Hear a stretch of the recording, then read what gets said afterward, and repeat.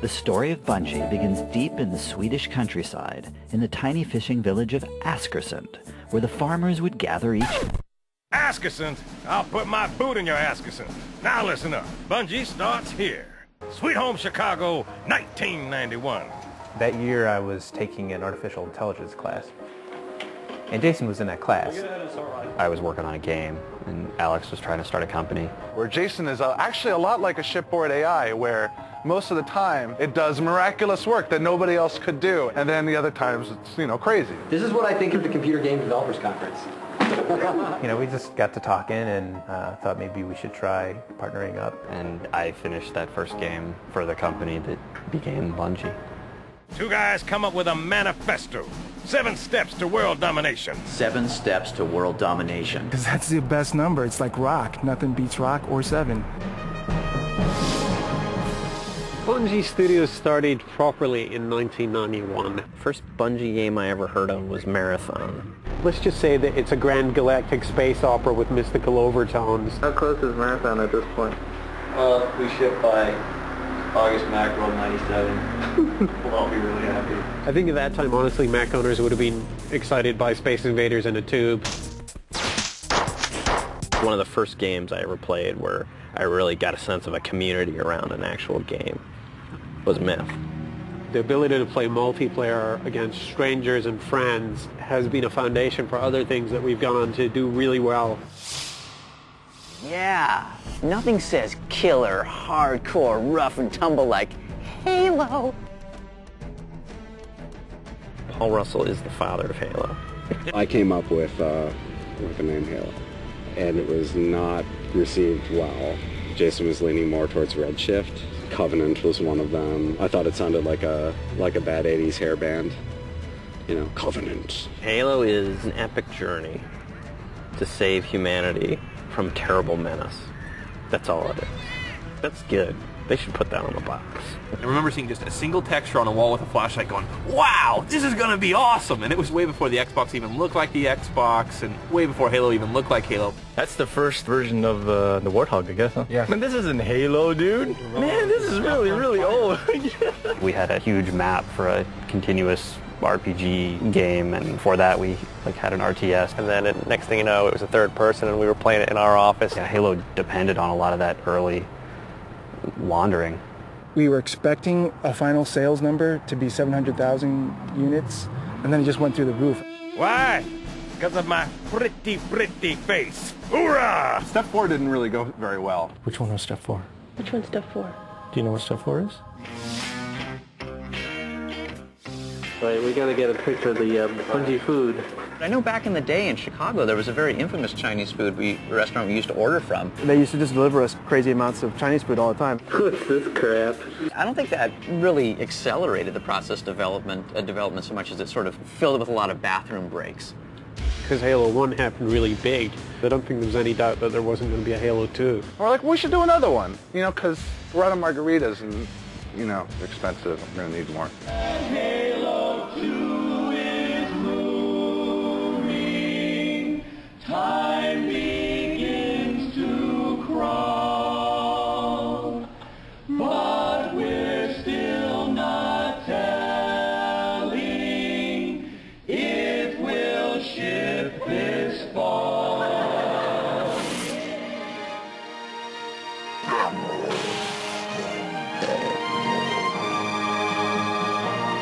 Bet you can't stick it. You're on. Halo 2 led us to step 5 of our plan for world domination. We were supposed to get the orbital defense station. That was step 5. I forget step 5. But Microsoft said that if they're going to build an orbital space station, that it's going to be running Windows, and we didn't want to be going up there. Oh, it's been recovered. We're trying to move on to giving it away. Ling Ling is a severed dog's head. In a jar. Of all the Chicago traditions we should have left behind. Other people just run away or barf. But Ling Ling's head, if you have faith, it's going to help us dominate. You want to dominate? Try this puppy. There were a lot of reasons that it was important for us to move to another building. One is that Bungie is all about having its own identity. A lot of people just felt like we were just part of the Borg. Being in the sort of stale cube farm type environment isn't very conducive to being creative. I think the main reason we moved is we just got bigger. Apparently we've got 200 people in the building now. I mean, we're huge. The new place is a lot more like, I think when my dad came visit, he was like, oh my God, this place looks like the set of 24 or something. It's like a fortress of solitude right next to a Starbucks. The day at Bungie starts with the obligatory run through security. You have like 3 seconds to get to the door and actually open it before it relocks. The warehouse. Over there's the multiplayer engineering pod. Where our genius, wildly talented programmers sit and make problems for artists typically. Maybe not Luke Timmons. The way that the engineers and the artists work together is one of my favorite things about Bungie. You've got these insanely brilliant mathematical types that are really passionate about this new technology. There have been a lot of ideas that have started from the engineering side. If water looks like water and rocks look like rocks and explosions look like explosions, then you are engaged in the plot at a much more visceral level.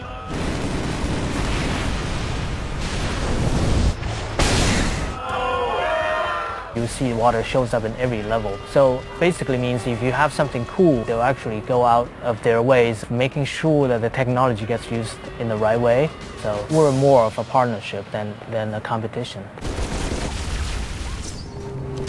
All along the far back wall, we have environment art. Hey Marcus, how would you describe this pod? This particular pod? Command Central. Every piece of artwork that you see in the game is built by a community of artists. The dirt on the tires gets there because someone has to put it there. The scratch on the inner side of the fender because a rock might have jumped up and hit it. Everything that moves in our game, the wheel on the Warthog rotating, the little antenna bouncing up and down like that, the shotgun spitting out a cartridge. They flesh out the world, make it feel a lot more real.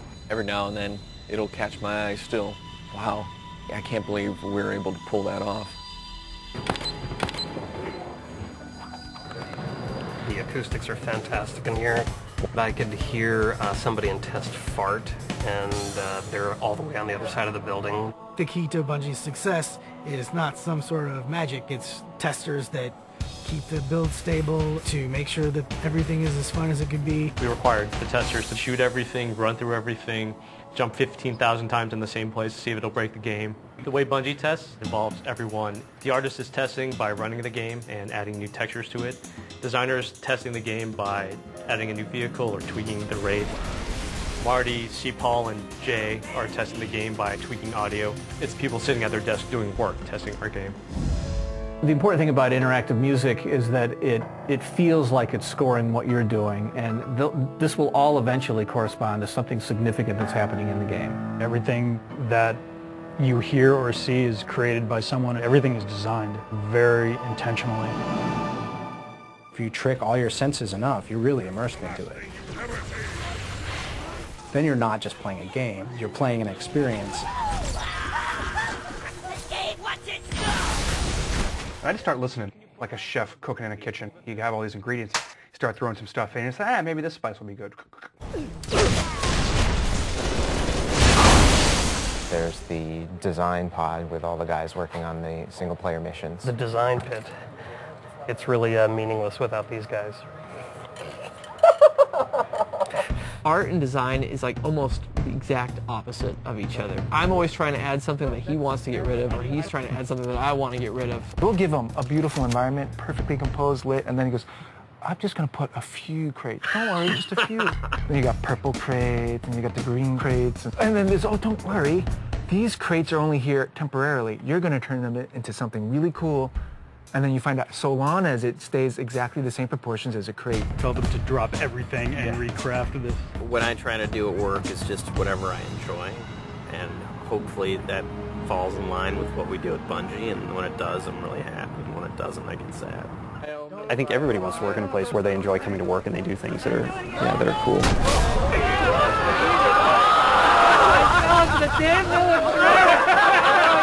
I think everybody's intentions of being at Bungie, like everybody here wants to make cool games, do cool stuff.